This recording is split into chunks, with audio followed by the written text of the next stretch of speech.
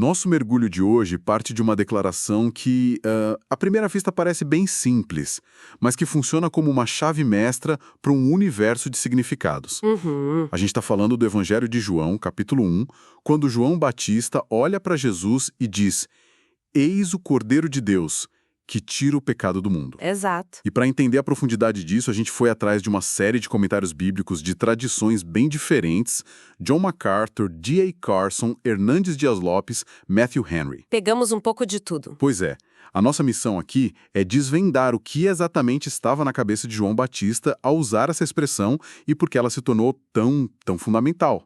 Vamos mergulhar na história, na cultura e na teologia por trás dessas poucas palavras. E o momento em que isso acontece é crucial, né? Como D.A. Carson destaca, o Evangelho de João já nos deu vários títulos para Jesus até este ponto. Ele é o Verbo, a Luz, o Filho Unigênito. Vários. Mas quando João Batista o chama de Cordeiro de Deus, a narrativa muda de marcha. Esse não é só mais um título na lista. É o título que define a missão dele de forma explícita pela primeira vez. É a tese central sendo apresentada. Exatamente. Então vamos colocar todo mundo na cena. João Batista tá, no auge do seu ministério, batizando no Rio Jordão, atraindo multidões. A passagem diz: No dia seguinte, viu Jesus que vinha para ele e disse: Eis o Cordeiro de Deus, que tira o pecado do mundo. Este é a favor de quem eu disse: após mim vem o homem que tem a primazia, porque já existia antes de mim. E ele continua: Eu mesmo não o conhecia, mas a fim de que ele fosse manifestado a Israel, vim, por isso, batizando com água. Exato, e aqui a chave vira completamente. Até esse momento, o trabalho do João era preparar o terreno, sabe? Criar a expectativa. Agora, ele aponta o dedo e diz: é ele. Certo. Todo o ministério preparatório dele se cumpre nesse instante de identificação pública. Ok, vamos começar a desembrulhar isso. A imagem central, a que salta aos olhos, é a do cordeiro. Para um ouvinte judeu daquela época, essa palavra era carregada de significado, né? Carregadíssima. Não era uma metáfora poética aleatória. Parece mais um quebra-cabeça com peças espalhadas por todo o Antigo Testamento. Vamos tentar montar isso, peça por peça, começando pela mais óbvia: a Páscoa. Sem dúvida, essa é a primeira conexão que a maioria dos comentaristas, de Hernandes Dias Lopes ao comentário de Genebra, faz. A imagem do Cordeiro Pascal é indelével na memória de Israel. É o cordeiro cujo sangue passado nos umbrais das portas protegeu as famílias da morte no Egito. A ideia central aqui é de um sacrifício que gera libertação, que salva do juízo. Ao ouvir cordeiro, a primeira coisa que vem à mente é livramento. Entendi. Então a primeira peça do quebra-cabeça é libertação de um perigo mortal. Mas a vida continuava depois do Egito, e o pecado era um problema diário. A imagem do Cordeiro Pascal, que era um evento anual, era suficiente para cobrir isso? Ótima pergunta. E a resposta é não. É por isso que comentaristas como John MacArthur apontam para uma segunda peça fundamental: o sacrifício diário no templo. Ah, o sacrifício contínuo. Exatamente. Todas as manhãs e todas as tardes, sem falta, um cordeiro era oferecido. Isso reforçava a ideia de que o pecado era uma realidade constante e que uma provisão contínua era necessária. O cordeiro, nesse contexto, significava expiação perpétua. Ok, então temos libertação e expiação contínua. Mas essas duas imagens, por mais fortes que sejam, ainda parecem tratar o pecado como algo externo, um problema a ser gerenciado. Elas não explicam como esse cordeiro lida com a culpa interna de uma pessoa, com o peso moral. Alguma das fontes aborda essa dimensão mais pessoal? Exatamente. E é aí que entra a terceira e, para muitos, a mais profunda camada de significado. Quase todos os comentaristas, especialmente o Matthew Henry e o Hernandes Dias Lopes, traçam uma linha direta com a figura do servo sofredor em Isaías 53. Isaías 53. Ali, o servo é descrito como aquele que é levado como um cordeiro ao matadouro e, o que é crucial, que levou sobre si o pecado de muitos. Isso introduz um conceito revolucionário. o sacrifício substitutivo. Substitutivo. Não é mais um animal que morre por causa do pecado. É uma pessoa que morre no lugar do pecador, assumindo a culpa dele. Essa é uma virada de chave gigantesca. A gente passa da libertação e da expiação para a substituição. Mas até agora todas essas imagens do Cordeiro são de sofrimento, de passividade, sacrifício. É uma imagem de aparente fraqueza. Isso não entra em conflito direto com a expectativa de um Messias poderoso, um rei vitorioso? Perfeitamente observado. E essa tensão é resolvida pela quarta e última peça do quebra-cabeça que olha para o futuro.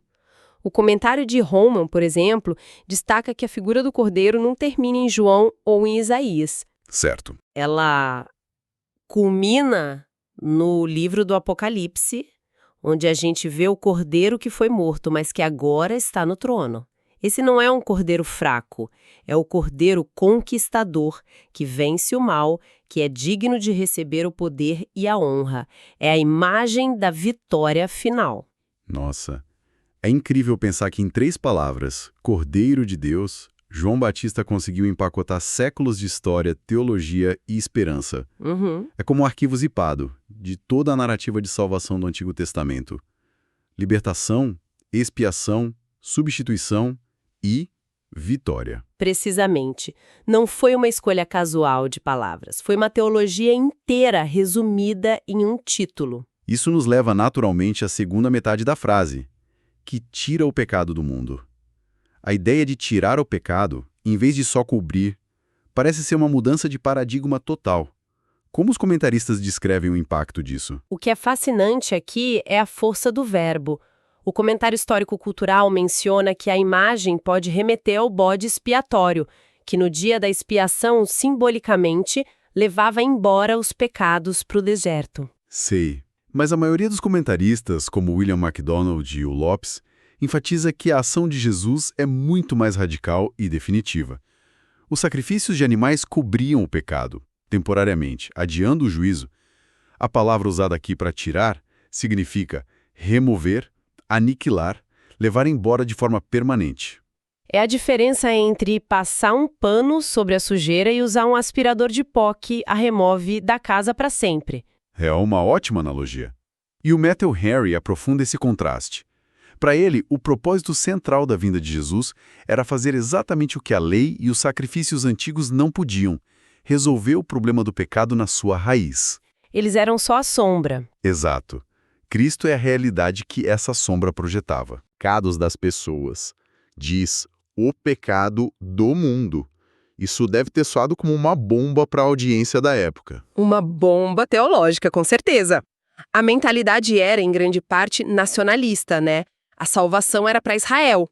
E aí João Batista explode essa fronteira. Totalmente. O MacArthur explica que a frase se refere à condição humana universal do pecado, à humanidade em geral.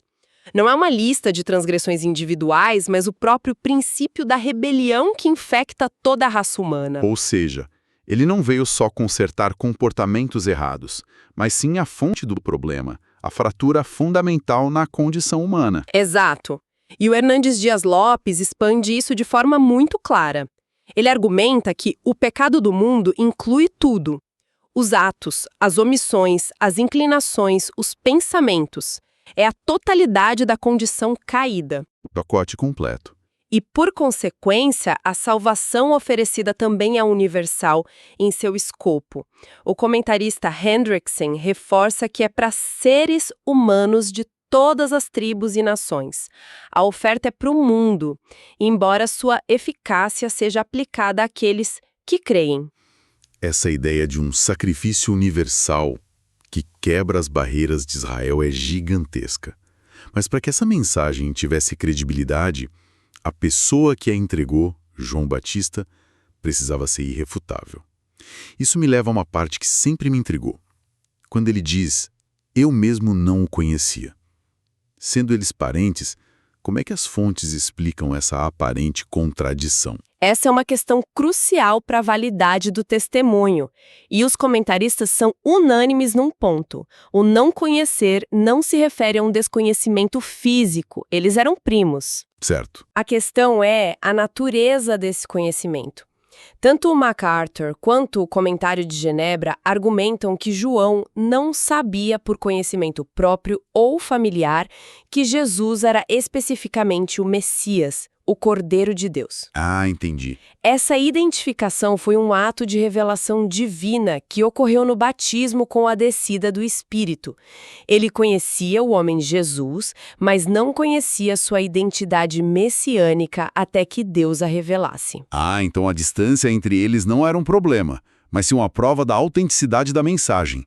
O testemunho se torna mais forte justamente por não ser pessoal ou baseado em favoritismo. Exatamente isso. O Matthew Henry tem uma visão brilhante sobre o propósito dessa distância.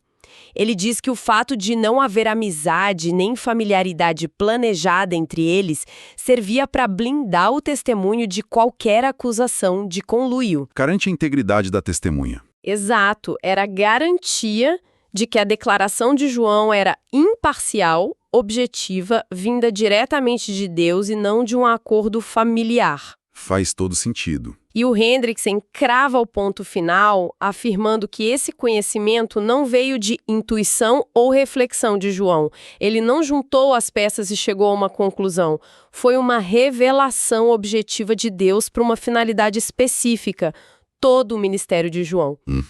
Todo o batismo, toda a pregação culminou neste único propósito. No momento certo, apontar para Jesus e declará-lo publicamente. Ok. A teologia aqui é densa, espetacular. A gente desvendou o que significa ser o Cordeiro de Deus que tira o pecado do mundo. Mas como os comentaristas sugerem que isso aterrissa na vida de alguém hoje? Qual é o "e daí" disso tudo? As aplicações que as fontes extraem são muito diretas. O Hernanes Dias Lopes, por exemplo, foca em 3 pontos. Primeiro, ele diz que somos chamados a ver Jesus como Cordeiro de Deus. Certo. Isso significa que nosso ponto de partida não pode ser Jesus como apenas um mestre moral, um filósofo ou um exemplo a ser seguido. A identidade primária dele é a de sacrifício pelos pecados. Sem isso, a gente perde o centro de tudo. A identidade sacrificial dele é o fundamento. E depois? Depois, reconhecendo-o assim, somos chamados a segui-lo. O Lopes diz: devemos andar diligentemente em seus passos como nosso exemplo. O sacrifício dele não nos chama à passividade, mas à imitação de sua vida de entrega. Entendi. E por fim, isso impacta a mensagem que a gente compartilha. A pregação deve ser centrada na cruz. Nas palavras dele, devemos pregar apenas Cristo e este crucificado. Esta é a pedra de esquina da fé. Qualquer outra mensagem é secundária. E a perspectiva do Matthew Henry? Ele complementa isso de alguma forma? Sim, de uma maneira muito pastoral e pessoal. O Henry foca na esperança e na resposta que isso exige de nós. Ele argumenta que a verdade de que Cristo tira o pecado do mundo é a maior fonte de esperança para quem se sente esmagado pela culpa e pelo remorso. É a boa notícia fundamental. Exato. Mas essa esperança não é barata, claro. Exige uma contrapartida. Imagina. O Henry é muito claro sobre isso. Ele diz: devemos remover o pecado de nosso coração e de nossa vida. Se Cristo tira o pecado do mundo, deve remover nosso pecado do mundo. Ah, então existe uma correspondência necessária. Sim, entre a obra objetiva de Cristo na cruz e a nossa resposta subjetiva de abandonar o pecado. A declaração de João Batista para o Henry é um convite à ação, um chamado para nos alinharmos com o propósito de Cristo de derrubar toda aquela maldade em que o mundo inteiro se encontrava.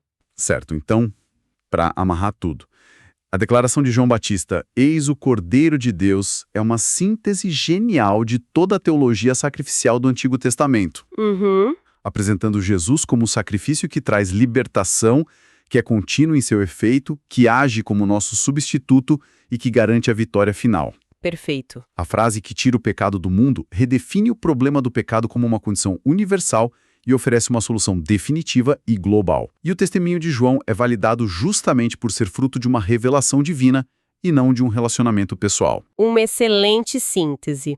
Você conectou todos os pontos que as fontes levantaram. Para a gente finalizar, que pensamento provocativo essa análise nos deixa para reflexão? Olha, uma coisa que o comentário do D.A. Carson levanta e que eu acho fascinante é a questão da recepção da mensagem. Ele sugere que os próprios discípulos de João, que estavam ali ao vivo, ouvindo essa declaração pela primeira vez, muito provavelmente não entenderam a dimensão completa do que estava sendo dito. Eles não pegaram tudo de uma vez. Exato.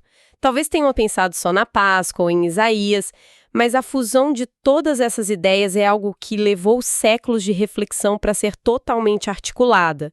E isso me faz pensar, como uma verdade tão monumental é realmente compreendida? Boa pergunta. É um raio que cai, um entendimento instantâneo, ou é um desabrochar lento, uma compreensão que se aprofunda gradualmente ao longo de uma vida? Se os primeiros ouvintes tiveram que lutar com o significado, o que isso nos diz sobre a nossa própria jornada de fé e conhecimento? E com essa reflexão sobre a jornada do entendimento, a gente conclui nossa análise de hoje. Obrigado por nos acompanhar nessa exploração. Até a próxima!